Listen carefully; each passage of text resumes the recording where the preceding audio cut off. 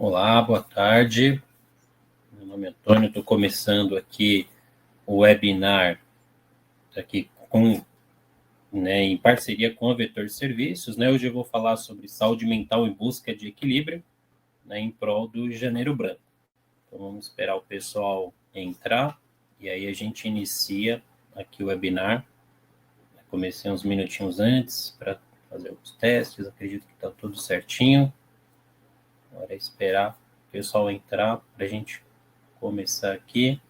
E dá um tempinho também, para o pessoal que chega um pouco atrasado, não perder muito e conseguir ter acesso ao conteúdo. Boa tarde, Gabriel. O Gabriel aqui acabou de entrar, muito obrigado pela presença. Luci, boa tarde, obrigado pela presença também. Nesse primeiro momento aqui, pessoal, vou esperar o restante do pessoal entrar, dar alguns minutinhos aqui, boa tarde para todo mundo. E aí, quando tiver já um tempinho aqui, uns 5 minutinhos de webinar, aí eu começo, que acredito que todo mundo que conseguiu reservar um tempo nessa tarde de quarta-feira vai conseguir entrar para a gente conseguir falar um pouco sobre saúde mental. Então, boa tarde, Keila, Adalberto, Milena. Se vocês quiserem colocar a cidade e o estado de onde vocês estão, seria interessante até para eu saber qual é o alcance aqui que o webinar está tendo, com quem eu estou falando, qual estado, qual cidade, eu acho bacana isso. Então, se você se sentir à vontade, pode mandar aí sua cidade e o seu estado.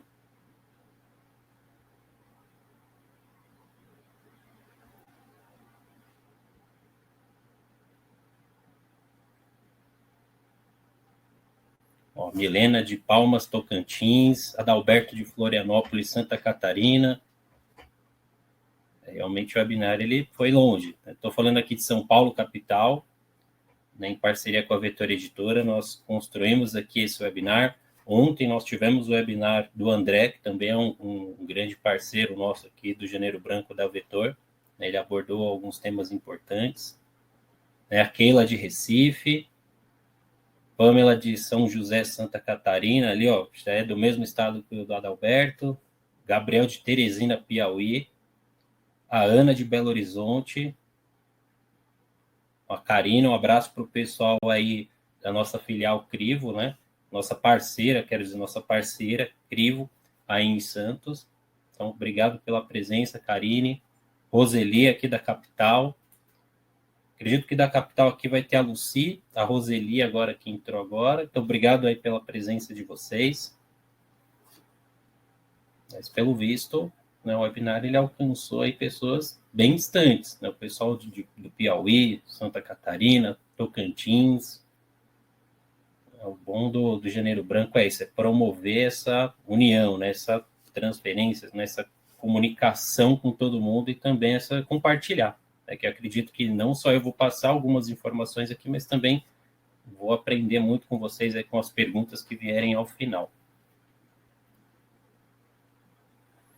A gestão de pessoas da Rex Solutions, Santa Catarina também está assistindo. Obrigado pela presença. Obrigado, Judite. Boa tarde também para você. E aí, nesse primeiro momento, pessoal, vou dar um tempinho aqui para o pessoal conseguir entrar, conseguir logar no link aqui do webinar. E aí, quando estão 5 minutinhos, eu inicio aqui o conteúdo. Quem entrou, quiser colocar o estado e a cidade de onde fala, fica à vontade, que eu quero saber também qual que é o público que eu estou falando, qual é o alcance que o webinar chegou. Então, boa tarde, Patrícia, Paulo Henrique. O Henrique de Pombal, se eu não me engano, PB Paraíba. Então, um abraço aí para o pessoal da Paraíba, obrigado pela presença. Letícia de Londrina, da Sapiens, também parceira da Vetor. Grace, aqui do interior de São Paulo, está pertinho aqui em Limeira. A Juliana da Psicovita, de Bauru, também aí uma parceira da Vetor. Vamos ver quem mais vai entrar.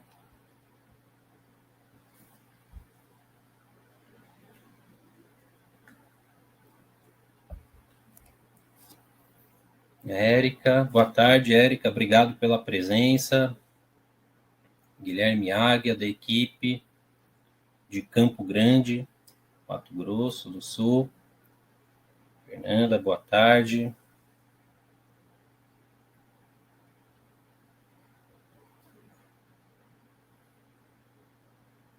A Ana de Limeira.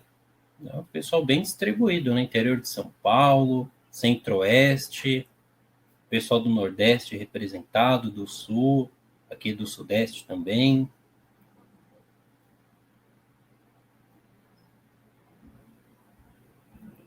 Ana Luísa, né, eu conheço, é dos distribuidores, trabalha com a gente aqui na Vetor São Paulo. O Paulo agora é o Pablo Henrique, corrigindo aqui. Um abraço aí, Pablo.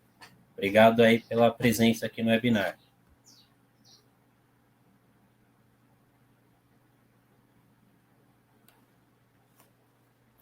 Vamos ver aqui quem mais vai entrar.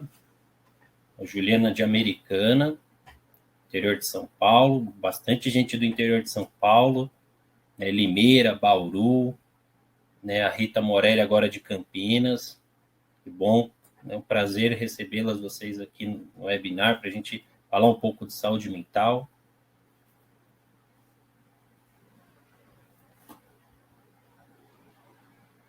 O Roneide Paulínia. É realmente o pessoal do interior de São Paulo em peso.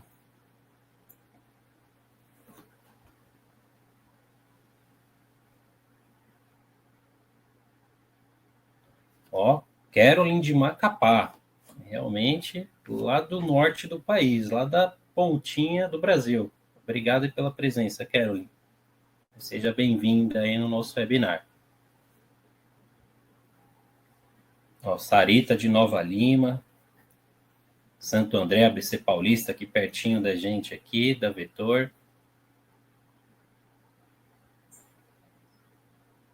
Nicole da Ômega, boa tarde.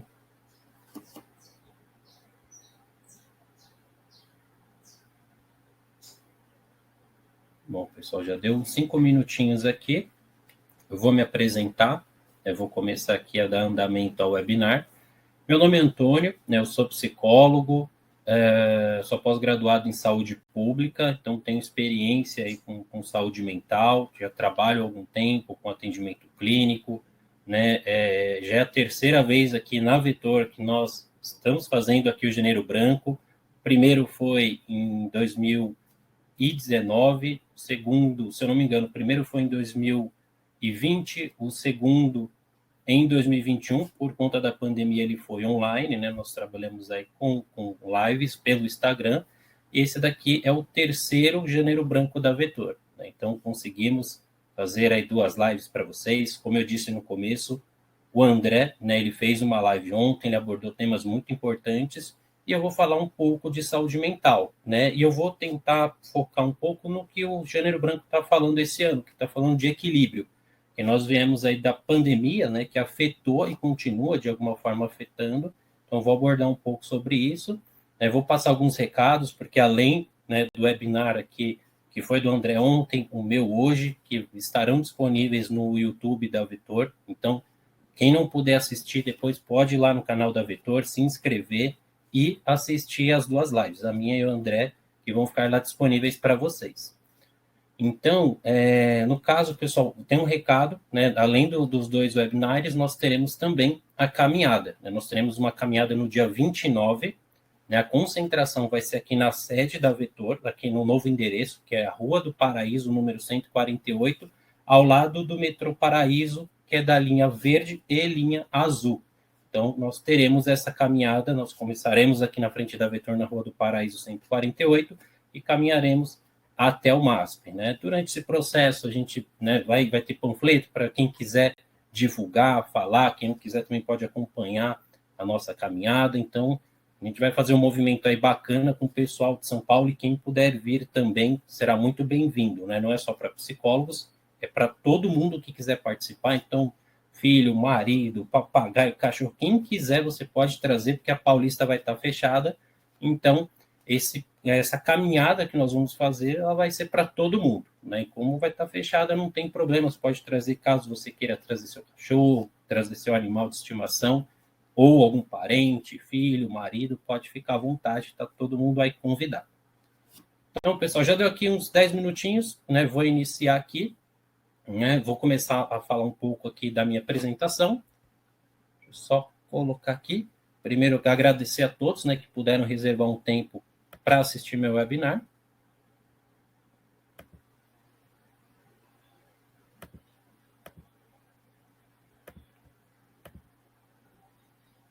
Só colocar aqui.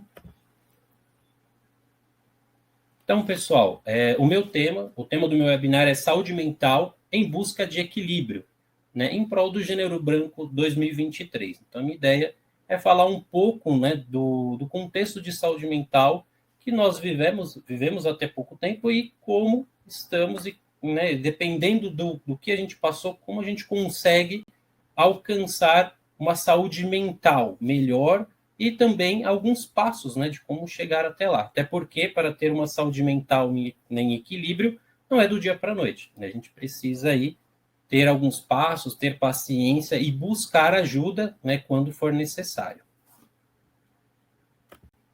Então, primeiramente, o que é o Janeiro Branco? Né? Parece que eu estou chovendo no mundo molhado, não, mas muitas pessoas, quando eu comento, né, que não são da área da psicologia, acabam questionando, não, Janeiro Branco, não conheço. Então, para quem não conhece, está aqui, né, o Janeiro Branco é um movimento social, ele é dedicado, né, à construção aí da cultura de saúde mental na humanidade. Então, a ideia é coordenar vários movimentos, como esse que eu estou fazendo hoje, como o André fez ontem, como a caminhada e vários outros profissionais da área da saúde mental e também da área da saúde como um todo, fazem nesse mês de janeiro. Né? Importante ressaltar que não é só no mês de janeiro, você pode fazer o ano inteiro diversos movimentos. Então não fique só no Janeiro Branco como o mês de janeiro tem que fazer. Não, você pode fazer o ano inteiro. Então, o objetivo é sempre chamar a atenção de todos os atores da sociedade, né? Indivíduos, né? Instituições e todo mundo que possa dar atenção e contribuir para desenvolver aí um relacionamento com a saúde mental. A saúde mental ela não é só psicoterapia, ela tem várias questões, né? A saúde mental envolve algo muito grande, né? Não só a saúde mental como psicoterapia, mas existe também o cuidado com o corpo, existe a espiritualidade, existem várias outras questões aí que eu vou abordar durante o nosso processo. Né? E uma humanidade mais saudável, porque querendo ou não, nós estamos, né, dentro de uma sociedade doente. Né? Então, se a gente parar para pensar, né, o vício em diversas coisas, né, redes sociais que acabam, né, com relacionamentos, que adoecem as pessoas de certa forma. Então, a gente não vive numa sociedade saudável. Então, por isso que a gente tem o Janeiro Branco para trabalhar essas questões, para quem sabe a gente conseguir desenvolver, né, uma humanidade mais saudável para todos. E por que o Janeiro Branco? Por que o mês de janeiro? Algumas pessoas me perguntam, não, Antônio, mas por que o mês? O que definiu o mês de janeiro? Né? E essas questões aqui, todo esse texto eu peguei do site do Janeiro Branco, né? Quem quiser entrar lá, ver, o site está com a cara nova, né? O Leonardo Abraão, ele criou o Instituto Janeiro Branco, então você empresa, você pessoa individual queira contribuir, pode ir lá contribuir com o Janeiro Branco, entender as ações que o Janeiro Branco promove e também, quem sabe, né, fazer uma parceria aí com o Instituto Janeiro Branco e levar para a sua cidade. Então, o Janeiro Branco foi escolhido o mês de janeiro, por quê? Né? É o primeiro mês do ano. O primeiro mês do ano é aquela situação que a gente faz planos, vou fazer academia, vou ter uma vida fitness, e aí a gente acaba tendo várias situações aí que a gente faz aquelas famosas promessas. Né? Muitas pessoas vão para a praia, vão, né, pular as famosas 7 ondinhas, né? E várias outras coisas que são criadas. Então, entende-se que o janeiro é o mês de início, é de um novo ciclo, né, de virada de ano. Então, foi escolhido exatamente o Janeiro Branco, né, como o pontapé inicial, para que a partir desse momento você pode produzir, né, conteúdo sobre saúde mental e diversas outras coisas que possam contribuir com o bem-estar social de todos, né? E aí, por que a cor branca? A cor branca ela foi simbolicamente escolhida porque ela representa ali folhas ou telas em branco. Então, algo que você pode construir, que você pode sonhar, né, colocar as mudanças, os desejos que você quer concretizar durante aquele ano. Então, mais pessoas entraram. Então, pessoal, boa tarde. Eu já comecei aqui a apresentação, né? Não passei aqui muito, então vocês não perderam muitas coisas. Mas obrigado pela participação, sejam bem-vindos e bem-vindas. Então, prosseguindo aqui, pessoal, eu coloquei aqui algumas fotos, né, da última caminhada do Janeiro Branco, que foi organizado em janeiro de 2020, né, um pouco antes aí da pandemia estourar. A pandemia, se eu não me engano, ela estourou ali em março de 2020, né, e a última caminhada ela foi realizada ali, né, perto da última, entre a segunda e última semana de janeiro. Eu não vou me recordar aqui a data exata. Mas aqui fica aqui as fotos de como, né, o grupo que foi naquele dia, né, tivemos a faixa, né, um pessoal levou bexigas brancas, todo mundo foi com a camisa branca do Janeiro Branco. Aqui estou eu numa foto, super modelo, né, você pode ver aquela foto que você está falando e a pessoa dá aquele clique. Então, estou com essa cara aqui super engraçada, né, conversando aqui com uma das pessoas que topou ir para Paulista nesse dia. Aqui na última foto, na foto do meio, nós temos aqui o pessoal que levou a faixa, né? Acredito que esse ano, no dia 29, também teremos a faixa, né? A bexiga não estava programada nesse dia, foi uma parceira nossa que levou, e nós teremos alguns panfletos. Então, quem se sentir à vontade, quem quiser, né, promover essa saúde mental, explicar o que é, fica à vontade que nós teremos alguns panfletos. Mas basicamente isso, eu tenho também mais um slide para mostrar para vocês. Aqui uma outra foto que tiraram, estava explicando aqui como que seria no dia, o que, que a gente poderia fazer. Então, estou com essa cara aqui meio que de instrutor, né, falando alguma coisa ali que eu não me lembro agora. Aqui no final, né, esse prédio aqui é um prédio, né, de uma instituição bancária onde é do lado do MASP, então é onde termina a caminhada. Então, no dia 29, a gente vai se reunir na frente da Vetor, na Rua do Paraíso, número 148, que a Vetor era numa casa, agora estamos em um prédio. Então, vamos nos concentrar para, depois que todo mundo chegar, a gente começa a caminhada e vai sentido vão do MASP. Tá? Então, essa daqui é a foto final do pessoal. Você pode ver que não esvaziou, então o pessoal foi firme e seguiu até o final. E aqui uma foto, né, minha, com o Leonardo Abraão e a Val, né, que agora é vice-presidente do Instituto Janeiro Branco, né, que são os dois que levam o Janeiro Branco para todo o país. Então, quem quiser ajudar ou fazer parte do Janeiro Branco, pode entrar em contato, pode entrar no site e ver um pouco sobre a história, né, de tudo que o Janeiro Branco já produziu. E também, se quiser ajudar, fica à vontade. Então, pessoal, aqui eu coloquei a foto lá em 2014, né, quando o Leonardo ele começou o Janeiro Branco, né, lá em Minas Gerais. Ele leu o livro, né, Em Busca de Sentido, e aí, a partir dessa leitura, ele quis dar um sentido na vida dele. Né, e ele percebeu, né, a caminhada, a Judite perguntou, a caminhada ela é das 9, vai começar às 9 horas a concentração, e ela vai terminar, no máximo a gente colocou das 9 a 1 hora, a gente sabe que não vai durar tudo isso, mas a gente colocou isso só para vocês terem um parâmetro. Então vai ser na Rua do Paraíso, 148, ao lado ali do metrô Paraíso, aqui em São Paulo, capital, e a gente vai iniciar a concentração às 9, quando todo mundo chegar, né? Tem umas 9h20, 9h30, que a gente vai conversar, vai entender, vai se conhecer, porque muitas pessoas que vão, né, nunca estiveram com a gente da Vetor ou com outras pessoas de outras cidades. Então, vai começar às 9 horas, tá bom? Mas obrigado pela pergunta, Judite. Então, aqui, eu coloquei uma foto, né, essa foto aqui com o Leonardo segurando o cartaz. É uma foto antiga, de um dos primeiros Janeiros Brancos que ele fez, né, mas a ideia principal foi lá em 2014, que ele leu o livro, né, Em Busca de Sentido, e aí, a partir disso, ele deu um sentido para a vida dele. Né? Ele criou o Janeiro Branco e ele vive, né, ele doa aí boa parte do seu tempo para o Instituto Janeiro Branco para, né, tentar humanizar, tentar trazer saúde mental para a vida de todo mundo. Né? Por isso que não só o Leonardo ou a Valéria, mas todo mundo que trabalha com saúde, que quer promover, tem essa permissão. Né? Não só no janeiro, mas durante todo o ano, você pode, de alguma forma, promover saúde mental. E aqui é uma foto de 2014 e a outra agora é atual, né, do vídeo institucional que eles fizeram, que está lá no site que você pode acompanhar. E aí, pessoal, coloca aqui, alerta, saúde mental em risco. Né? É importante ressaltar, isso daqui eu peguei, né, do site dos documentos elaborados pela OMS, Organização Mundial da Saúde, em 2022. 2022, né, ano passado, pouco tempo, né, alguns dias aí que virou o ano, mas é importante ressaltar que quase 1 bilhão de pessoas vivem com algum tipo de transtorno mental. Então, por incrível que pareça, é mais comum do que a gente imagina. Né? Então, se a gente quase 1 bilhão, a gente está falando aí de quase 800 a 900 milhões de pessoas, né? Que muitos países não chegam nem perto disso.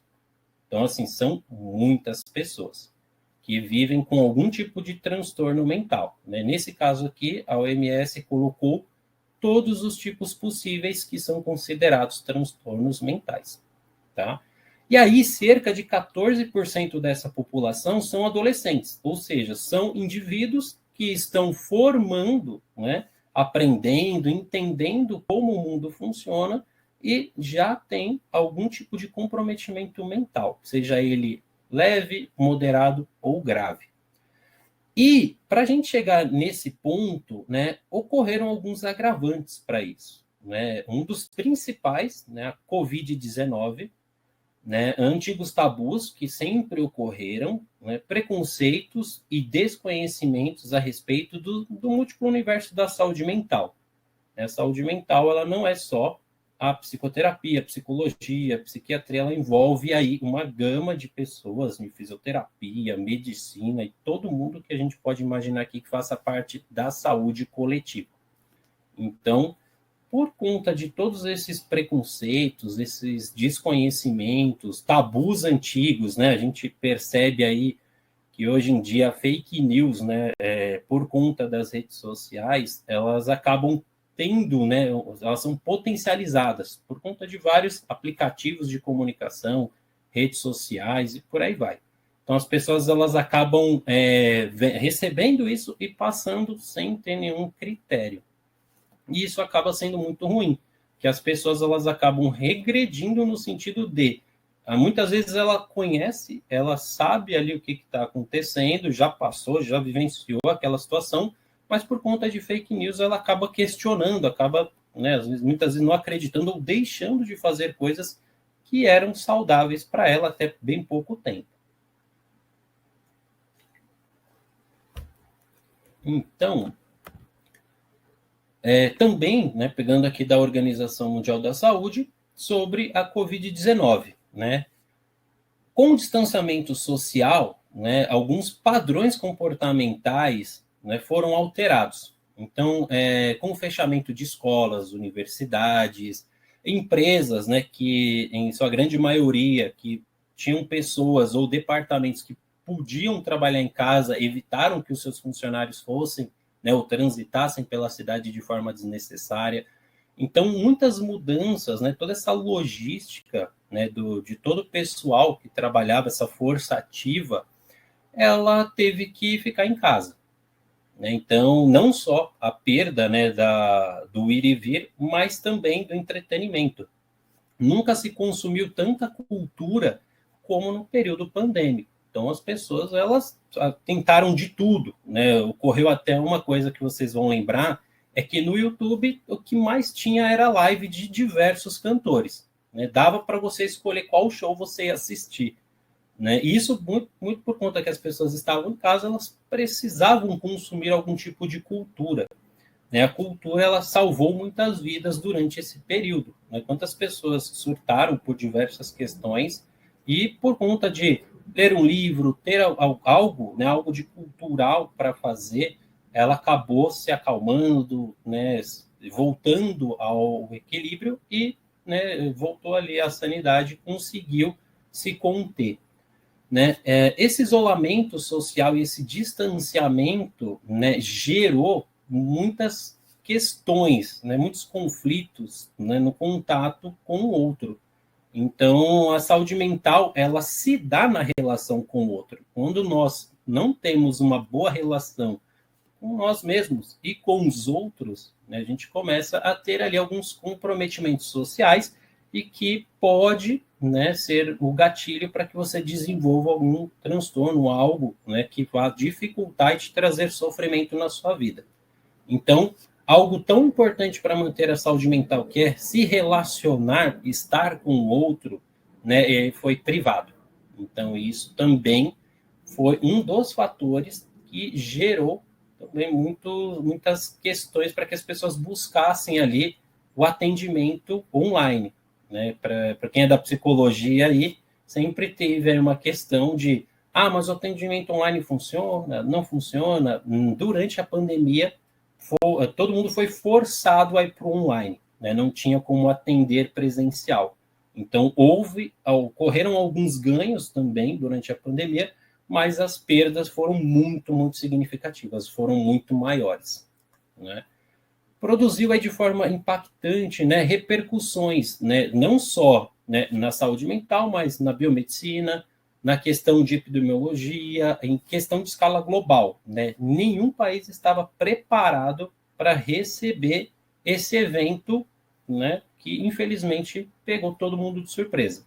Então, essas repercussões, ela teve impactos sociais, econômicos, políticos, culturais, históricos, e até hoje a gente está contando aí as perdas que nós tivemos, as falhas que foram cometidas, e aí a história vai ficar aí para contar o que cada país fez ou não fez durante esse período.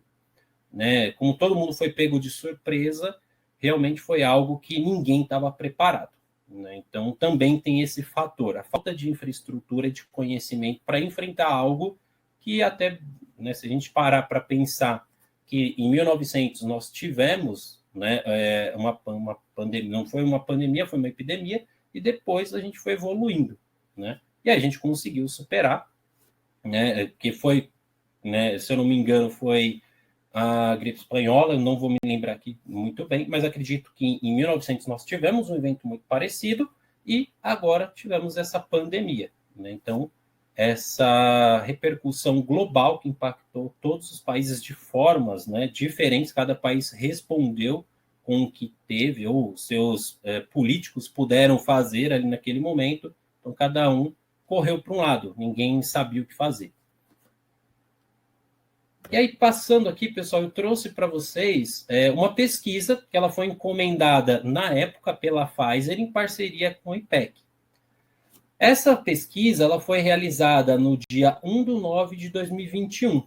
Né? E aqui eu coloquei o cartaz por inteiro, e aqui eu recortei ele, né, dos sintomas, né, que foram relatados por pessoas que já estavam circulando, né, ou que de alguma forma foram acessadas por esses pesquisadores. Né? Então, foram 2.000 pessoas.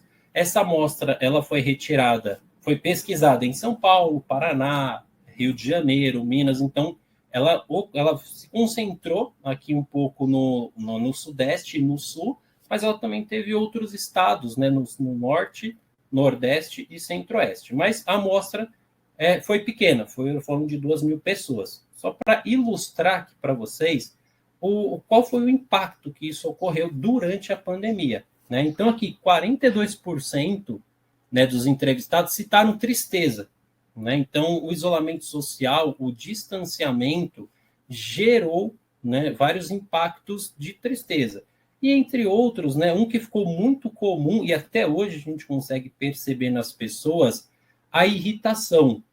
Né? A irritação, ou intolerância, ou estresse, isso até hoje, né, ele aparece. Né? Você consegue perceber aí no trânsito, né, em algum lugar que as pessoas precisam esperar, existem alguns casos aí de intolerância ou irritação extrema. Então, a gente está ainda em fase de adaptação, buscando um certo equilíbrio. Né? Então, por isso que a gente precisa durante esse processo, entender o que nós temos, o que estamos passando, para que a gente possa buscar ajuda. Seguindo aqui, os 38%, depois de irritação, veio entrevistados que citaram insônia, ou seja, né, tiveram pessoas que perderam suas rendas, né, perderam o trabalho, ou trabalhavam com o público, com entretenimento.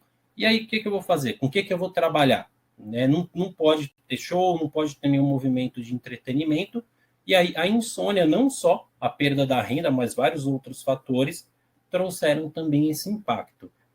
Né? E também citaram angústia ou medo, porque muitas pessoas que foram, né, sendo contaminadas pelo vírus, elas acabavam falecendo ou sendo internadas, entubadas, e teve todo aquele processo, né, extremamente prejudicial de perda, que você não podia ter o ritual, né, de despedida do seu parente, né? Então muitas pessoas não puderam, né, fazer aquele ritual de se despedir devidamente, né? Muitas pessoas que tiveram ali o diagnóstico de morte por Covid, elas eram colocadas dentro de sacos plásticos e enterradas sem ter ali a devida cerimônia, o ritual de despedida. Então isso também contribuiu para angústia, medo, irritação e prejudicou a população de uma forma geral. Né? Eu acredito que se você não passou por isso, você com certeza conhece alguém que perdeu algum familiar por conta da Covid-19. Seguindo aqui, pessoal, nós temos as adaptações. Né? Todo mundo passou por isso. O Adalberto colocou, puxa vida. Ok, Adalberto, obrigado aí pela presença. Né? Um forte abraço para você. Tivemos aqui durante a pandemia as adaptações. Né? A adoção de novos hábitos para nós seres humanos é muito difícil. Né? Mudar um hábito, mudar um comportamento é muito complicado. Né? Exige tempo, exige paciência e é complicado porque, né, durante a pandemia, você não teve opção. Né? Não houve assim, olha, você pode fazer de X ou de Y. Você precisa mudar. E essas mudanças, né, essa adoção de novos hábitos e novos comportamentos que foram medidas passadas pela OMS, pela Anvisa e por vários órgãos da saúde, elas acabaram impactando ainda mais. Né? O que já estava complicado, complicou. Né? E as pessoas, elas acabavam, se tinha algum gatilho, elas acabavam adoecendo muito facilmente.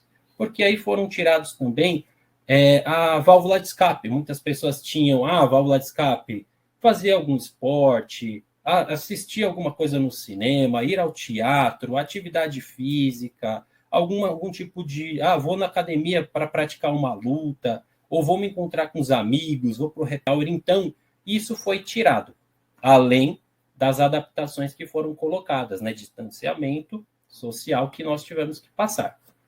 O uso obrigatório da máscara, né? Até hoje nós temos aí em algumas cidades e alguns estados, é obrigatório, né? Por conta que ainda oscila muito os casos de Covid, por mais que nós temos aí as vacinas, ainda tem essa oscilação, né? De toda hora a população, alguma parte da população que não se vacinou adequadamente, não tomou todas as doses de reforço, elas acabam pegando e sendo internadas, entubadas. Eu acredito que não chega a ser entubada, mas quem tomou a vacina acaba ficando internado e possivelmente pode até chegar na UTI.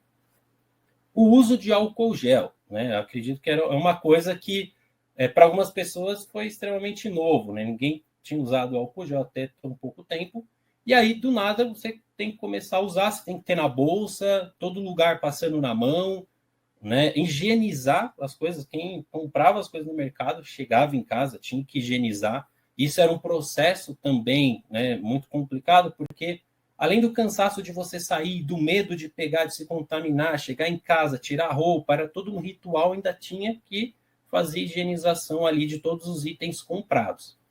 Limpeza dos ambientes, né, que eram essenciais para que quem ficou em casa, né, às vezes tiveram pessoas que desenvolveram aí algumas situações, né, de adoecimento, de mania de limpeza, né, de toque, de toda hora ter que ficar buscando a limpeza, não só de si, mas do ambiente, e também cobrar as outras pessoas por conta disso.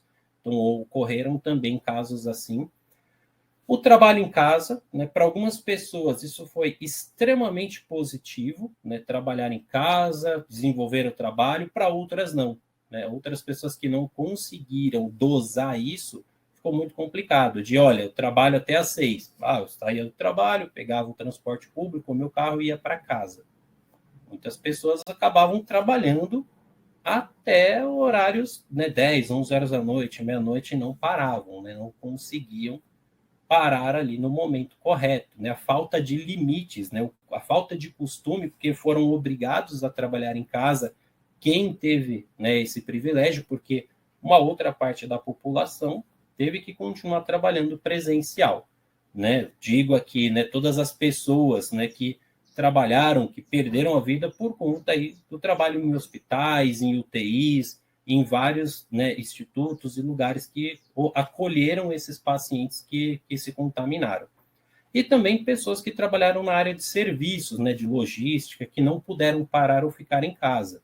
Então, teve o outro lado também, de pessoas que não puderam parar. Então, o trabalho em casa, para algumas pessoas, foi extremamente complicado.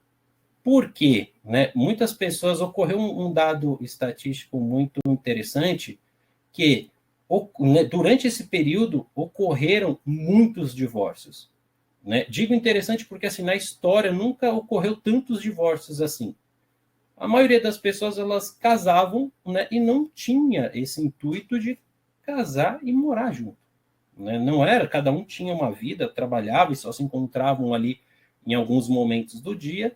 E aí quando você foi colocado, quando as pessoas foram colocadas para morar junto, né, ficar ali com os filhos, com a família, tiveram ali diversos conflitos, né? E aí esses conflitos eles foram, né, além, né, do que deveriam ser, muito por conta, né, do distanciamento, do isolamento, esse confinamento e a falta de estrutura emocional para lidar com isso fez com que, né, muitas pessoas brigassem, muitas convivências foram muito difíceis, né, as pessoas que não tinham mais a famosa válvula de escape acabavam ali descontando nas pessoas próximas por conta da irritação, de todo o contexto que todo mundo viveu. Então, foi um período aí muito obscuro, né, da pandemia, que não só por conta da perda dos entes queridos, mas também essa convivência forçada, esse confinamento, né, exigiu muito, né, da saúde de muitas pessoas e acabaram aí em vários conflitos, né, e distanciamentos até hoje, né, por conta aí do divórcio, muitas pessoas se separaram. Um outro ponto foram os efeitos. Né? Quais são os efeitos que até hoje, né, a pandemia ela traz? Né? Ela traz o luto. Né? O luto não necessariamente é de perder um parente, mas é de perder um trabalho, fonte de renda e várias outras coisas que foram perdidas durante esse processo. Né? Acredito que o pior de todos foi perder os entes queridos. O medo. Né? Muitas pessoas desenvolveram ali ansiedade, síndrome do pânico, por conta desse medo da contaminação. Mesmo com a vacina, a gente sabe que ainda existe essa possibilidade, né? Mesmo com um grau menor, né? A potencialidade de letalidade é menor, mas ainda existe. Então, muitas pessoas ainda sofrem por conta do medo, né? De todo esse contexto que nós vivemos, né? Os traumas, né, do estresse, da irritabilidade, do distanciamento que foi imposto a todos os seres humanos. Distanciamento e isolamento social, que é algo que, né, eu coloquei lá no começo, né, que foi algo extremamente complicado. Do nada, as pessoas tiveram que se isolar dentro das suas casas, pessoas que não tinham casa necessariamente, que viviam ali, né, em locais que eram só para dormir, casas muito pequenas, com famílias muito grandes, né, precisavam, né, ficar ali dentro de casa e muitas vezes não conseguiam. Né? A gente não tem um projeto de moradia e habitação desenvolvido no Brasil. Então, muitas famílias, né, em situações de vulnerabilidade social, em periferias, não conseguiram ter esse distanciamento e esse isolamento social, por falta de espaço, porque a casa era feita só para dormir, para todo mundo chegar à noite e dormir, e não para conviver. Então, essa falta de espaço, falta de várias questões básicas, né, que nós sabemos aqui que no Brasil ainda é uma questão que precisa ser desenvolvida, isso não se deu. Né? Então, tivemos vários cenários. A pessoa que tem uma casa, tem um espaço, e tinha uma convivência difícil com a sua família, e outras pessoas que não tinham uma família muito grande e não tinha esse espaço, né, nem de isolamento e nem de distanciamento. Então tinha que ficar na rua ou ocupar outros espaços porque dentro de casa não era possível. A irritação, que é um fator que eu já citei, que até hoje, se vocês perceberem, as pessoas, né, brigas no trânsito, né, irritabilidade em filas, a pessoa espera um pouquinho, já fica irritada.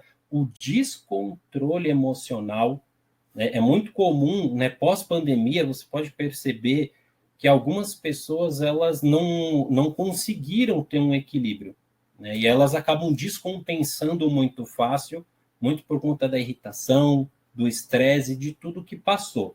Claro que é importante buscar ajuda para que você não venha descontar nas outras pessoas essa irritação, essa frustração na qual você foi submetido.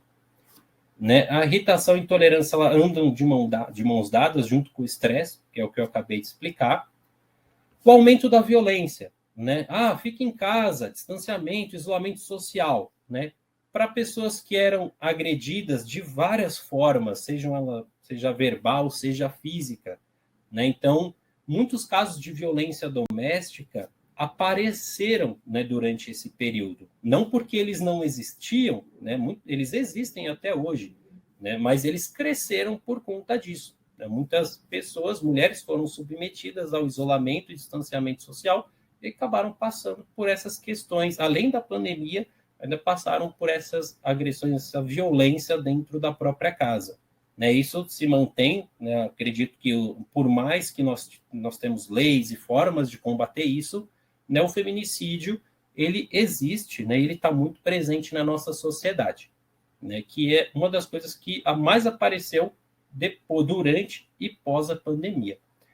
Aí, hiperindividualização, né, então, pessoas que já tinham essa questão de se isolar, né, introvertidas e várias outras características de individualização, cresceu. Né? Essa hiperindividualização contribuiu para diversos problemas de ansiedade e depressão que aumentaram, né, pós-pandemia. E aí os efeitos eu trouxe aqui para vocês, né? Tivemos algumas reportagens a respeito daquela pesquisa que eu mostrei para vocês da Pfizer, e aqui nós temos a psiquiatra, né, Fabrícia, que ela falou um pouco sobre os comportamentos, né? Quais são os efeitos, né, que as pessoas elas acabam tendo diante de tudo que aconteceu. Né? Então ela coloca aqui, eu até coloquei com as palavras dela, que, né, todas as alterações comportamentais, né, que são colocadas de forma brusca, né, durante a pandemia nós não tivemos escolha, tivemos que nos comportar ali de uma forma restrita, né, de acordo com o que era colocado.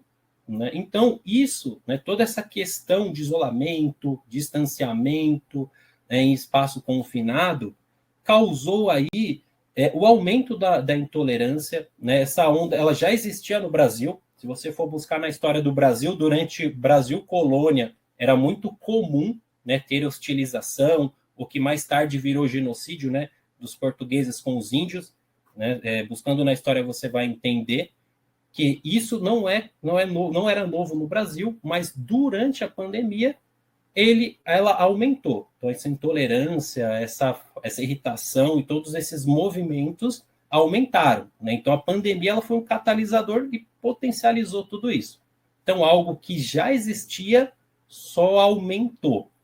Se a gente parar para olhar, né, de 2010 para cá, temos as intolerâncias, né, de partidos políticos que parecem muito, muito parecidos com torcidas de futebol, que hoje em dia a gente consegue ver aí dois lados como se fossem aí um Brasil partido, sendo que somos o mesmo país. Então, esse efeito também potencializou com que as pessoas se posicionassem dessa forma como nós vemos hoje. Outra, na mesma reportagem, eu peguei aqui o que a Sueli Salles Guimarães ela destaca. Né? Ela é doutora em psicologia e ela é professora na UNB, na Universidade de Brasília. Né? E ela coloca aqui que esse contexto de pandemia, não só durante, mas pós, né, que ela também escreveu outros artigos e outras reportagens que ela participou, que o distanciamento e isolamento são fatores que têm um efeito depressivo e ansiogênico, ou seja, que provoca ansiedade ou sofrimento psicológico advindo, né, de todos esses fatores, né, e que são muito altos. Então, quando eu não consigo ter uma válvula de escape, quando eu não consigo ter questões para que eu possa transbordar, eu acabo, né, ficando muito contido. E aí, quando eu fico contido, eu viro uma panela de pressão. Deixa eu ver, o Eric coloca aqui se poderiam ser disponibilizados para conferir. Eric, vai ficar o meu contato aí, né? Você pode me passar por e-mail que eu te passo, né, todas as referências para você, né, conferir, para você dar uma olhada, até para você entender um pouco mais sobre o que foi produzido durante e pós a pandemia que eu peguei aqui como base para montar aqui os slides. Então, quando a pessoa, voltando aqui, quando você é pressurizado ali, você não consegue colocar para fora as suas emoções, vivenciar de uma forma saudável, aí você se torna ali, né, uma panela de pressão. Quando você explode, né, são fatores, não só depressão, como ansiedade, mas fatores que podem fazer você adoecer, fazendo mal para si e para os outros. Né? Porque quando uma pessoa adoece, né, ela desenvolve algum tipo de transtorno mental, ela não adoece sozinha, né, ela adoece quem está próximo, ela adoece uma família, ela adoece um casal, e por aí vai. Então, essa busca por natureza e socialização, ela foi tirada. Né? Então, quando a gente não consegue socializar, a gente tende a adoecer. E aqui, pessoal, os resultados. Quando eu coloco como resultado, pós-pandemia. Eu coloquei ali durante, porque durante a pandemia também ocorreram esses resultados.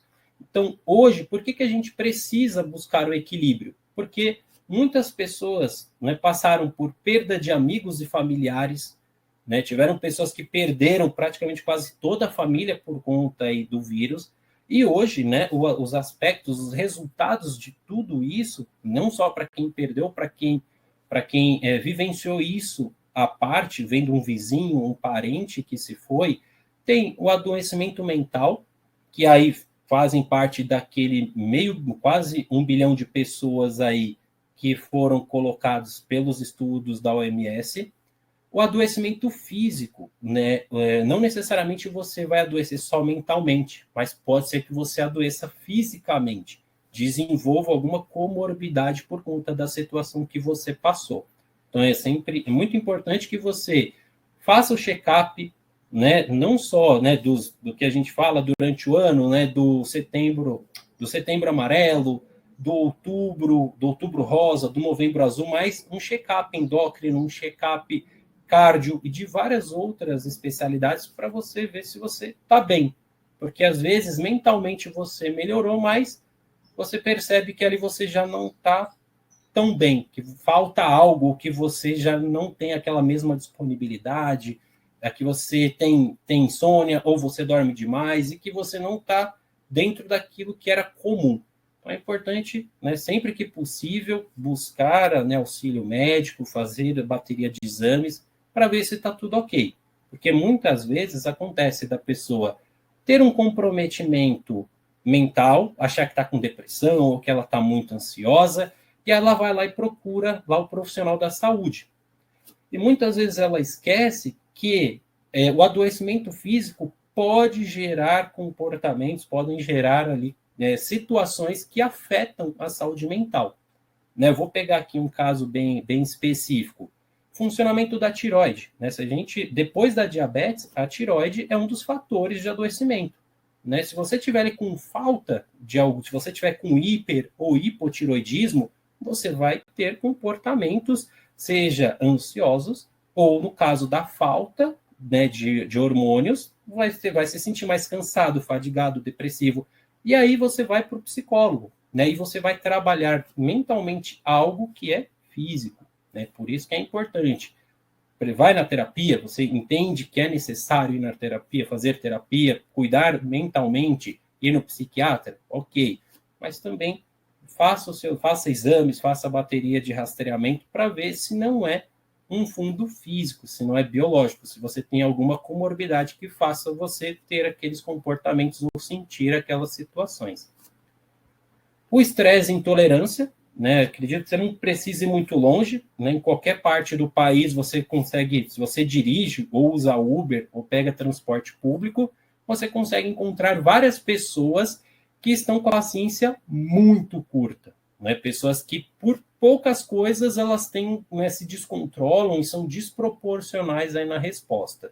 Então, o estresse e a intolerância, elas fazem parte do nosso cotidiano, infelizmente, e, em alguns casos, elas extrapolam, né, como casos aí de atropelamento, de brigas no trânsito, né, brigas por motivos fúteis, que acabam aí, brigas até mesmo por movimentos políticos, né, eu sou X, você é assado, e aí as pessoas acabam brigando, e isso pode, né, até recentemente acabou em morte em alguns casos.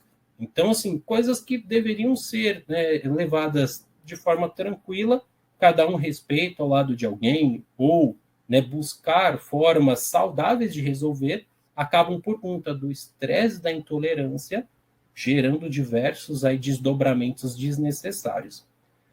Outra coisa também, né, a perda de recursos financeiros. Muitas pessoas perderam seus trabalhos, perderam suas fontes de renda, e isso também é um resultado da pandemia e de adoecimento mental.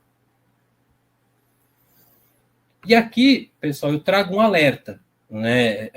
Hoje, o Brasil, né, é o país mais ansioso do mundo. Então, temos aí cerca de 18 milhões de pessoas que sofrem de ansiedade. Então, o Brasil é o primeiro no ranking mundial do país mais ansioso do mundo. Né? Então, isso já era antes da pandemia e permaneceu pós-pandemia. Então, é um alerta. Né? Se você tem alguém que sofre de ansiedade ou até você mesmo, busque ajuda. Né? Você conhece um amigo, acolha esse amigo, né? Converse com ele, tente entender, né, o que faz ele se sentir assim, porque, né, 18 milhões é muita gente. Então, acredito que você conheça alguém ou você mesmo passa por isso. Então, é importante buscar ajuda. Também eu pesquisei, né, sobre depressão. Né? No Brasil, a prevalência de pessoas que têm, né, algum tipo de comprometimento depressivo é cerca de 11 milhões e meio. Né? No continente, né, da América Latina, nós somos o primeiro país, né, como ali na questão de ansiedade.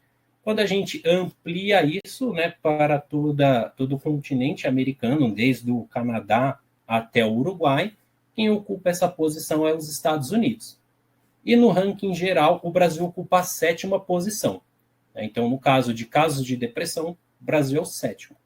Então, isso é relevante para que todo mundo que aqui está assistindo é da área da saúde, aproveite o Janeiro Branco, promova, né? Não sou psicólogo, não sou da área da saúde, mas nada impede de você chegar, conversar, promover saúde mental, né? Eu acho que não é nenhum bicho de 7 cabeças você acolher, você falar, você divulgar as informações, seja no WhatsApp, seja em vários outros, né, aplicativos aí de rede social, que eu acredito que pode chegar em alguém que precise, que não tem acesso a essa informação e que a partir daquilo você consegue ter aí, ajudar alguém. Né? A Andressa perguntou aqui, eu tenho uma dúvida sobre esse alerta. O Brasil realmente é top 1 ou o Brasil pesquisa e informa mais? Acho pouco provável frente a países que sofrem restrições como a África. Então, entendi sua pergunta, Andressa. Realmente, o Brasil e assim, o Brasil não é um país que pesquisa muito, né? Recentemente nós tivemos aí diversos cortes, né, em pesquisas e fomento à educação de nível superior, que é o que produz, os institutos que produzem esse tipo de número aqui para nós. Então, assim, frente ao Afeganistão, né, que recentemente, né, foi abandonado lá pelos Estados Unidos e outras pessoas, outras estratégias de domínio foram criadas lá, realmente sofre. Né? Lá, a mulher ela perdeu praticamente tudo que ela tinha conquistado. Então, a mulher não pode ir para a escola, né? A mulher não tem direito a quase nada no Afeganistão. Né? Na China também, a China é um país, apesar de ser uma potência mundial, é um país muito fechado, né? Onde a gente não tem muita informação, né? E a maioria das informações que são passadas pelo governo A gente tem que ver com crivo, não necessariamente são informações que a gente pode acreditar 100%, por isso que a gente tem que pesquisar. Todas as informações que nós buscamos, nós temos que comprovar em diversas fontes, tá? Como eu fiz aqui, para chegar nesses números, eu pesquisei em diversas fontes, OMS, né, e várias outras do SUS, para chegar nesse número de pesquisa. E entre outros países, não é só o Brasil que sofre. Tá? O Brasil ele tem aí estruturas vulneráveis de saúde que não conseguem abarcar toda a população. Né? O nosso país é de tamanho continental. É o maior país da América do Sul. Então, assim, pelo tamanho, pela extensão territorial, o Brasil tem muita dificuldade. O SUS, por mais que seja um programa bom, né, e ele consegue ter braços que alcancem lugares que jamais, né, a saúde privada alcança, mas ele tem suas dificuldades, tem várias questões que precisam melhorar. Então, isso também amplia, né, e faz com que esses números cresçam. Né, porque muitas vezes pessoas que estão em lugares isolados, elas não têm acesso às informações de quem está na região metropolitana, como em São Paulo, em Belo Horizonte, em Curitiba, em Londrina, em Palmas. Tem pessoas que vivem em situações que não têm muito acesso à informação ou não são, como diz Leonardo Abraão, psicoeducadas para cuidar e perceber o seu adoecimento. Né? Esse aceite de, olha, tenho depressão, tenho ansiedade, é algo que você precisa ter conhecimento. Porque se você não conhece, você vive a vida inteira sendo depressivo ou tendo problemas com ansiedade e você acha comum, porque você não teve acesso à informação. Né? Então, tem países que têm mais dificuldades, mas é muito difícil, porque falta pesquisa, né? E a gente precisa cada vez mais fazer o que a gente está fazendo aqui. Psicoeducar e levar essas informações o mais longe possível para que as pessoas tenham ciência dessas informações e façam bom uso delas. Não sei se eu respondi sua pergunta, mas eu tentei aí o máximo possível, né, amarrar tudo numa explicação só. Deixa eu ver, o Pablo Henrique, por isso da importância dos dados, estamos diante de evidências, se não registram, não há evidência. Exatamente, né? A gente precisa pesquisar. A pesquisa é uma das fontes que nos traz todos esses dados. O que eu estou apresentando aqui para vocês são fonte de pesquisa. Né? Eu não tirei olha, vou tirar isso da minha cabeça. Não. Fui lá, pesquisei, escrevi, tentei montar o mais claro possível e em cima disso ainda estou falando, né? Estou explicando, estou colocando para vocês. Então, a fonte de todos os dados que são apresentados, eles vêm de pesquisa.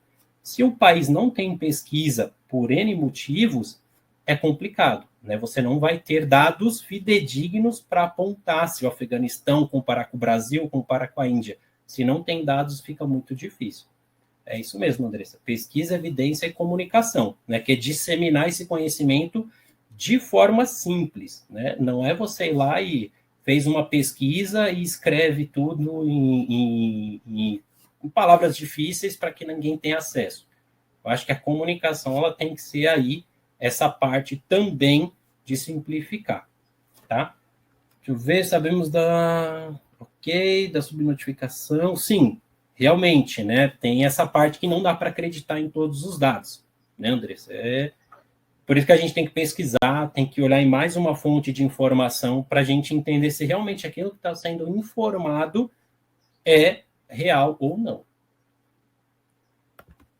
Então, pessoal, avançando aqui. Principais transtornos que afetam a população mundial. Então, lendo esses documentos da OMS e do SUS, eu cheguei aqui no Brasil, também está muito parecido, não está muito distante disso. Mas no mundo, a depressão cresce exponencialmente, né? É o que era relatado lá nos anos 2000, é a doença do século, né? O transtorno mental que mais vai incapacitar o ser humano, né, no futuro próximo.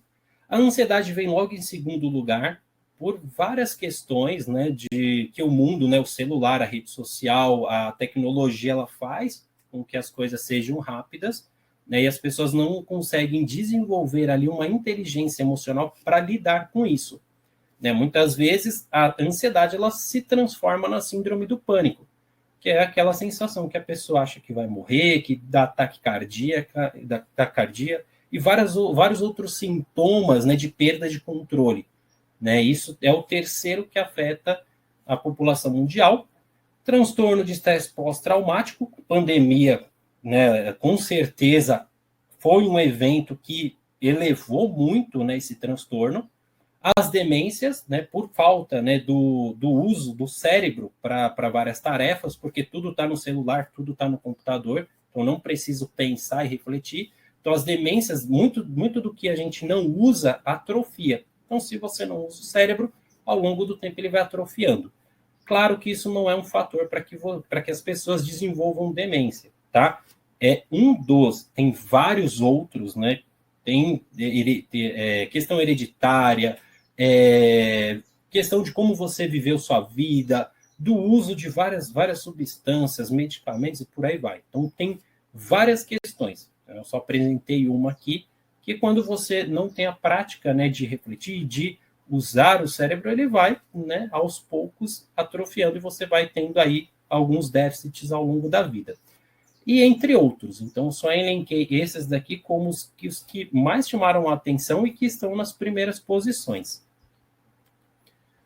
Deixa eu ver aqui, quando se trata de saúde mental, sim, né? Tanto a Andressa quanto o Pablo, sim, existem subnotificações, né? Isso é uma falha do sistema que não consegue, de forma, né, correta, notificar o que realmente é.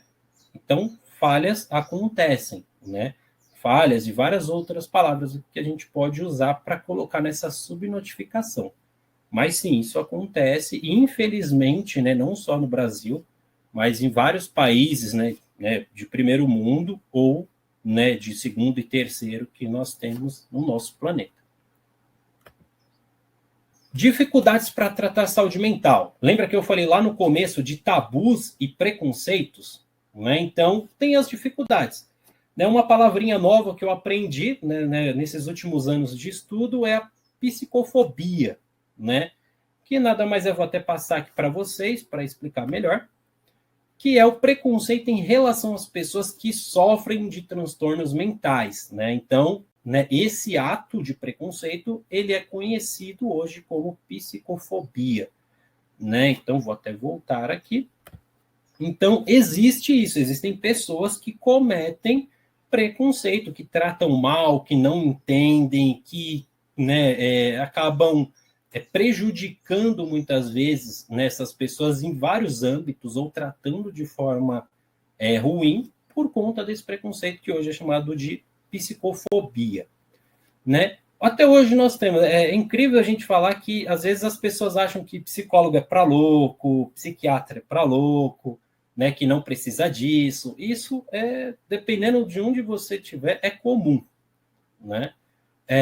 No caso, Judite, eu não abordei aqui o suicídio, né, porque ele encaria outro tipo de assunto, né? Então, eu só foquei aqui, claro que o suicídio ele está ligado a casos de depressão, né?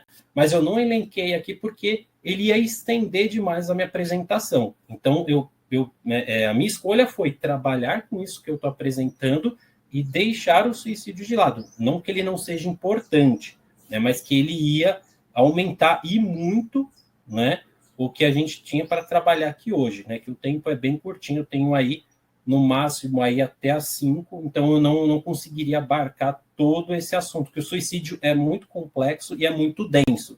Então precisa, né, ter uma base sólida para falar sobre ele, né? Você precisa estudar, você precisa vivenciar um pouco do que é o suicídio, né, o estado da arte que foi produzido de mais novo.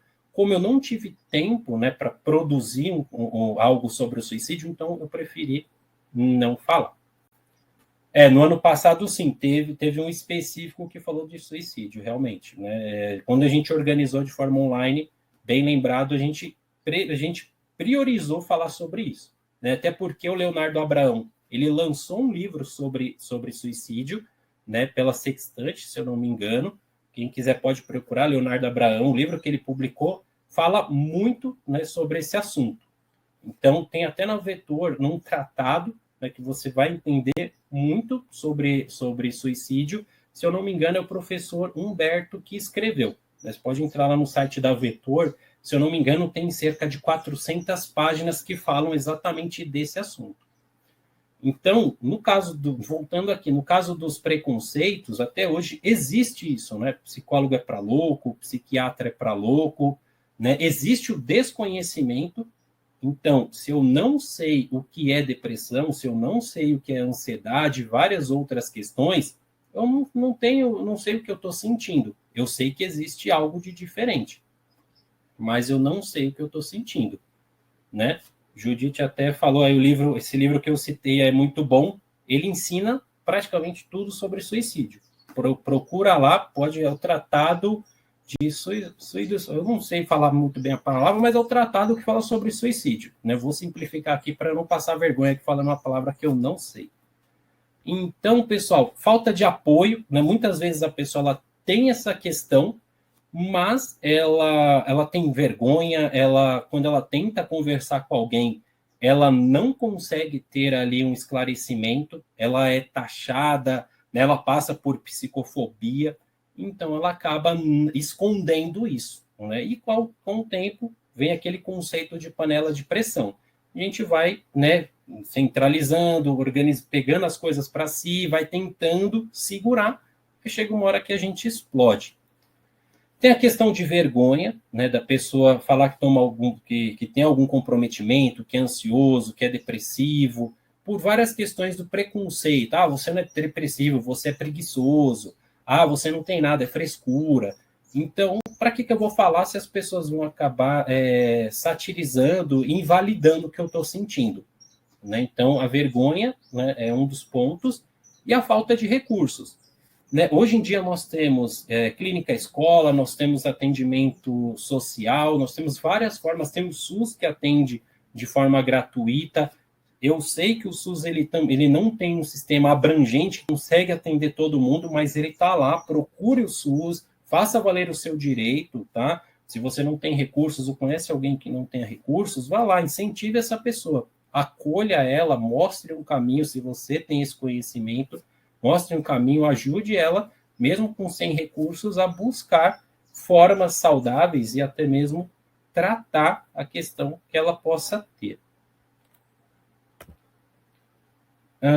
Psicofobia. E aí, pessoal, buscar ajuda, né? Porque quando você busca ajuda, né, sempre vem aquelas questões, né? Sinal de fraqueza, né? Buscar ajuda, eu vou ser julgado, né? Eu vou chegar lá, as pessoas vão me chamar de louco, vão falar que eu tô com frescura, que eu tenho que trabalhar, que eu sou vagabundo. Então, assim, não é sinal de fraqueza, né? A pessoa que tem algum comprometimento, né? É interessante que ela busque, né, um profissional, caso ela entenda isso, para que ela consiga não só compreender o que ela tem, mas tratar para que ela tenha uma vida saudável, uma vida melhor. Né? O foco, quando você busca ajuda profissional, é entender o que você sente. Porque muitas vezes você tem um desconforto, você não consegue entender o que está acontecendo, e a busca pelo profissional é justamente isso. Né? Seja da medicina, como eu já falei, fazer baterias de exame, quando você consegue, faça exames, vá no endócrino, vá no cardio, vá no urologista, vá no ginecologista, para entender se internamente você está bem, né? Para depois você ver se realmente, olha, não, realmente, eu estou, né, zero bala, não tenho nenhum comprometimento, vou no psicólogo porque realmente é somente saúde mental.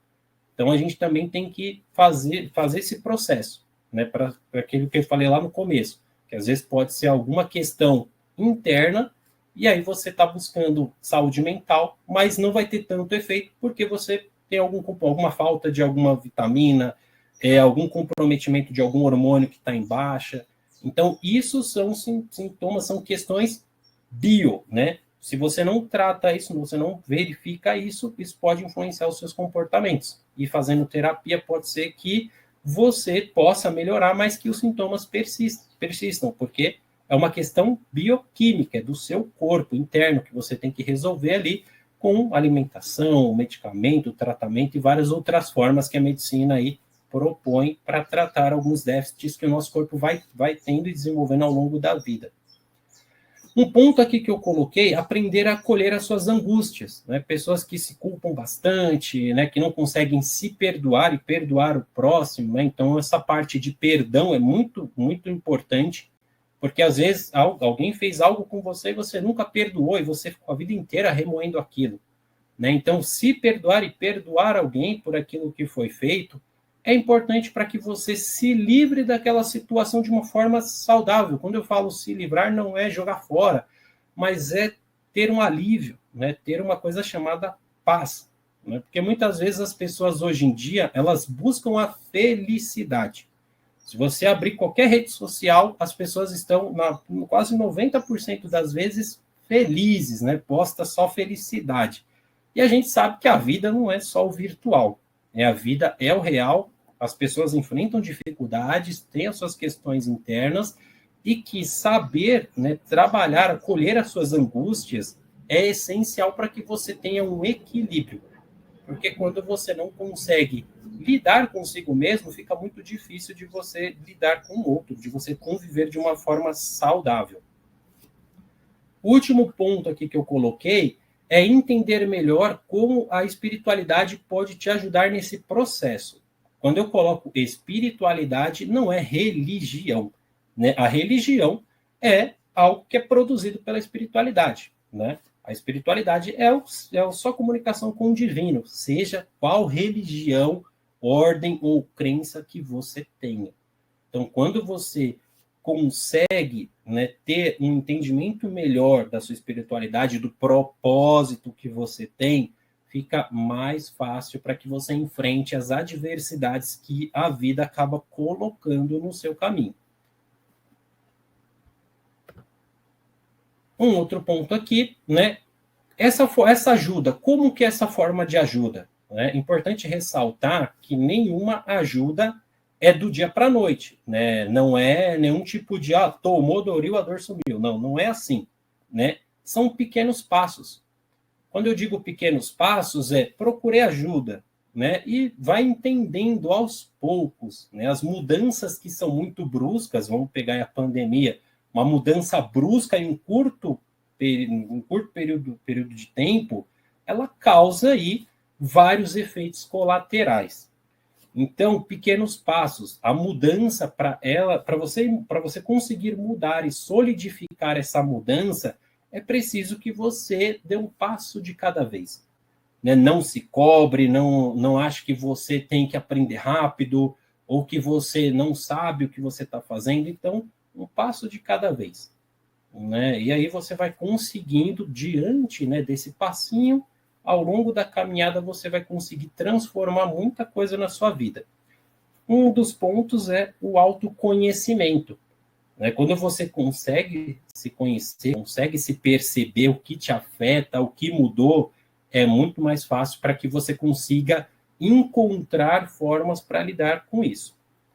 A psicoterapia é um caminho, né? Então, assim, olha, Antônio, percebi que eu não estou bem, tal, preciso entender, já fiz meus exames, está tudo ok, mesmo assim, continuo com esse incômodo. Psicoterapia.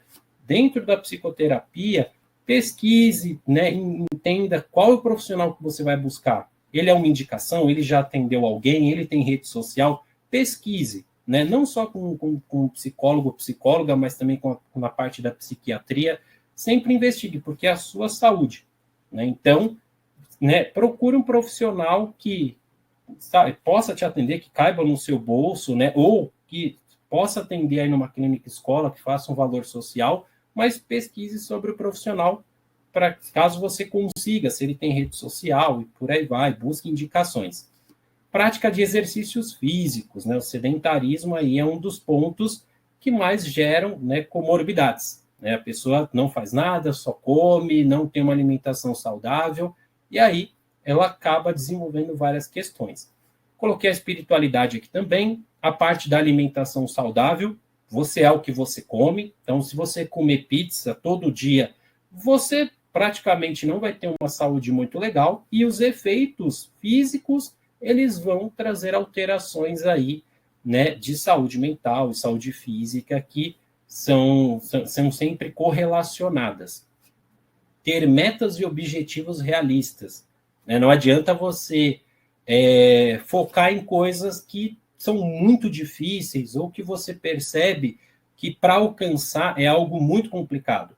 Se você percebe, não, Antônio, é complicado, mas eu sei chegar lá. Então faça pequenas metas. Vá traçando aos poucos pequenos passos até você ir concluindo pequenas etapas que fazem parte de uma etapa maior. Até que em algum período de tempo você consiga alcançar aquilo que você deseja. Mas é importante que, né, você não vislumbre algo muito grande. Né? Sempre trabalhe com pequenas metas, trace propósitos e objetivos que estão próximos de serem realizados, para que você não fique esperando algo acontecer, e isso nunca acontece e você desmotiva no meio do caminho. Né? Então, a parte dos pequenos passos também serve para isso. Um outro ponto é estar com pessoas que amamos, né? Amigos, pai, mãe, família de uma forma geral. Né? Quando a gente consegue ficar próximo de pessoas que têm a reciprocidade, né, que aí é uma coisa tão falada e pouco praticada, é importante, porque é na relação social que a saúde mental ela também se dá. Né? Lembra que lá no começo, quando o isolamento social, o distanciamento ele foi colocado, isso prejudicou, né, frontalmente a saúde mental? Porque muitas vezes, né, estar com pessoas que fazem parte da nossa história, que nos motivam, que gosta das mesmas coisas que a gente, ou de coisas diferentes, mas que troca uma ideia legal, que sempre está torcendo, né, pelos nossos objetivos, nossos sucessos, é importante. Porque essas pessoas é que vão fazer a diferença na nossa vida para que ela seja colorida, para que a gente tenha aí esse processo de amor, de felicidade e várias outras coisas. Mas antes de tudo, de você projetar nas pessoas a busca da felicidade, primeiro cultive isso dentro de você. E aí depois você vai em busca disso para dividir com as outras pessoas. Os benefícios de buscar ajuda, né? Então tá aqui, qualidade de vida, né? Viver bem consigo e com os outros, né? Conhecimento necessário para tomar decisões e de forma saudável e coerente, proporcional, solucionar conflitos. Desenvolver aí a resiliência, a capacidade de enfrentar dificuldades e adversidades que vão acontecer. Todo mundo vai passar por algum problema na vida ou no dia a dia, algum estresse. Então, quando a gente consegue manter o equilíbrio, ter claro, né, colocar em prática, né, algumas coisas, né, como viver bem consigo, viver bem com o outro, ter um conhecimento necessário para ser assertivo na resolução de conflitos, você consegue desenvolver a resiliência, né, enfrentar as dificuldades de uma forma mais saudável e equilibrada, né, não é qualquer coisa que vai te desestabilizar ou qualquer pessoa que vai te estressar, né? O autoconhecimento e a autopercepção de si são essenciais para que você consiga desenvolver isso, né? Sem isso, você não vai ser assertivo ou ter um tato, né, para entender ali a situação. Ter um bom relacionamento interpessoal, né, por mais que seja complicado, né, eu acredito que, assim, investir naquilo que você entende que pode ter a reciprocidade, né, se você percebe que não vai ser bom para você, não vai ser algo legal, é bom você descontinuar ou manter um afastamento, que ninguém é obrigado a nada. Então, pratique um bom relacionamento interpessoal, mas saiba o momento de cortar. Saiba o momento de falar, para mim deu, né, não quero, não consigo, e é isso. E desenvolver melhor a sua espiritualidade. Como eu já disse no slide anterior, né, é um divisor de águas, né, quando você consegue, né, ter todos esses itens aqui que eu coloquei, pelo menos desenvolvê-los, né, ao longo da vida, a espiritualidade é um dos pontos centrais aí que também vai te ajudar muito, né, a alcançar uma saúde mental equilibrada, né, que é um dos pontos aí que foi colocado pelo Leonardo Abraão e pela Valéria, né, como tema do Janeiro Branco 2023. E aí, pessoal, aqui eu abro para perguntas, né? Então, se alguém tem alguma pergunta, se alguém ficou com alguma dúvida, né, pode perguntar, eu vou ficar aqui somente para responder as perguntas. Eu fui respondendo, né, ao longo aqui da apresentação, algumas perguntas que estavam ali encaixadas dentro do processo, mas quem tiver vontade pode perguntar.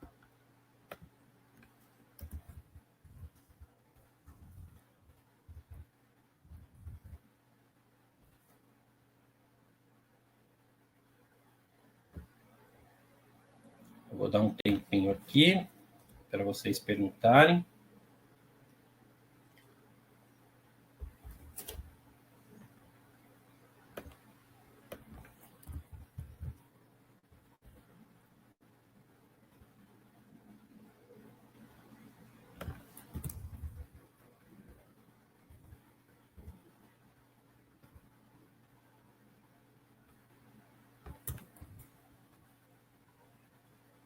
Ó, o livro que a Judite falou, eu vou colocar o nome dele aqui, ó.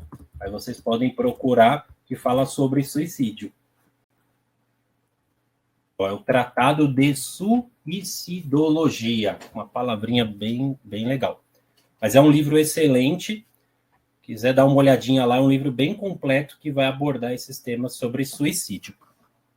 Deixa eu ver aqui as perguntas. Obrigado, Andressa. Obrigado pela presença. Né? Obrigado aí por me escutar aqui durante o período do webinar. Foi muito bacana aqui a sua participação. Muito obrigado pelas perguntas também.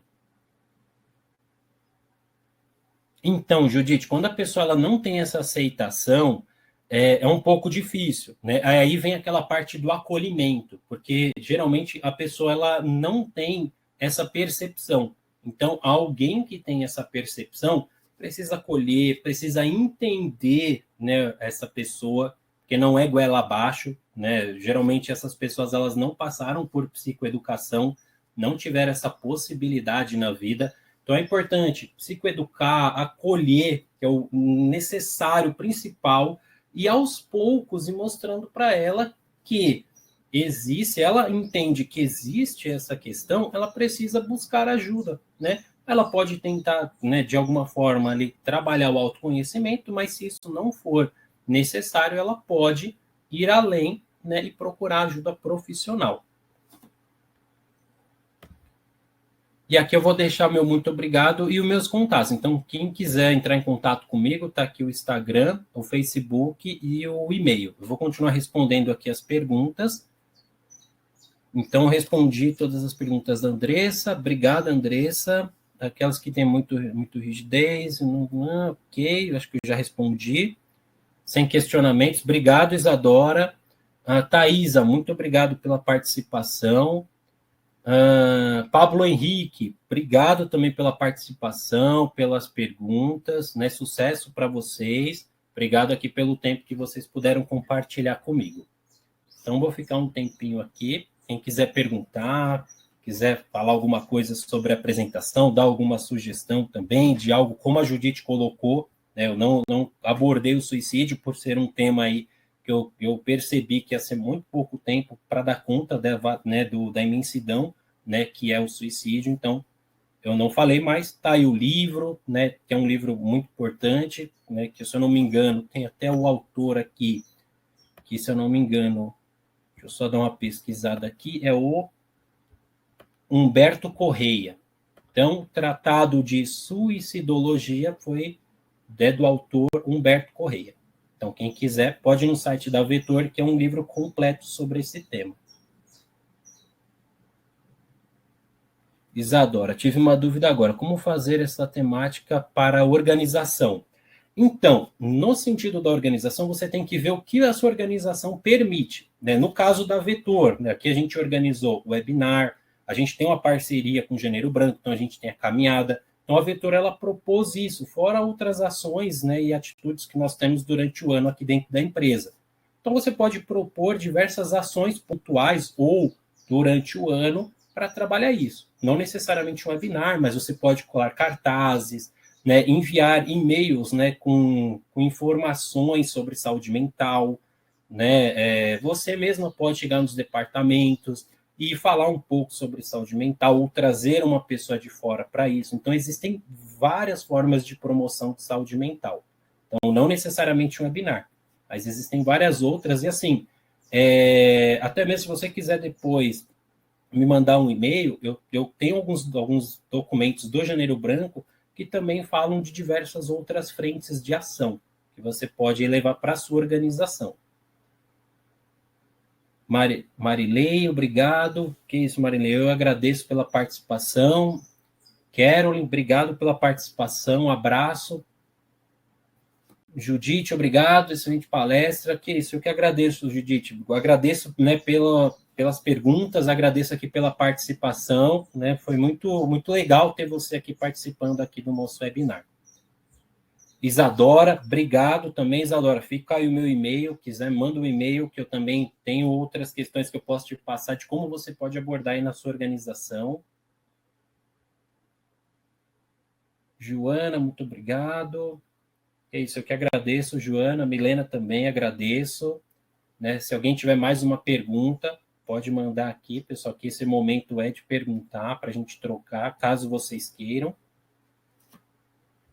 Então, fico aqui.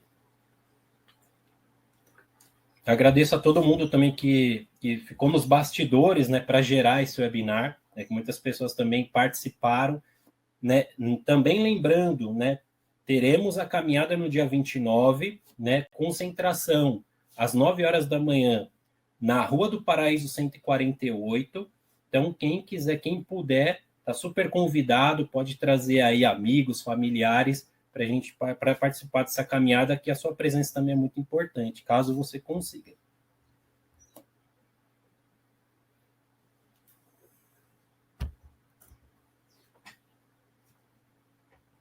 Sim, Judite, com certeza, com certeza. Você pode, né, a roda de conversa, né, eu acredito que em UBS é sempre importante, né, utilizar práticas e técnicas que sejam coletivas. Até porque, né, na UBS é muito difícil a gente ter tempo para atender todo mundo.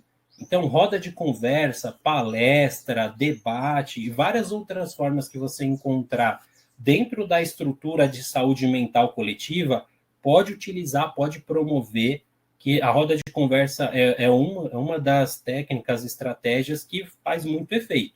Né? Muitas pessoas acabam sendo atingidas e promovem, né, não só recebem ali na UBS, mas podem promover para dentro da sua casa, para a vizinhança e para várias outras, né, tem a rede social, então pode promover para várias pessoas que não necessariamente estejam aí no Ipiranga, mas que estejam em outros estados, outras cidades. Então, pode utilizar na roda de conversa, que é bem assertivo essa técnica, essa estratégia para você divulgar a saúde mental e promover também. Mais alguma pergunta? Vou dar um tempinho aqui. Se tiver alguém que queira perguntar mais alguma coisa, pode ficar à vontade.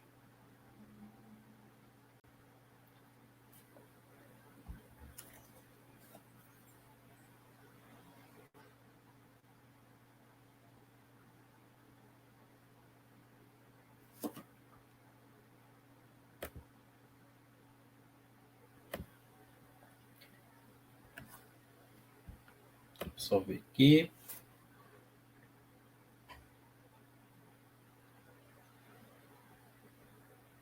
Então, pessoal, como não vieram mais perguntas, quero agradecer a todo mundo do Brasil inteiro aí que participou, que reservou um tempo para acompanhar aqui o webinar.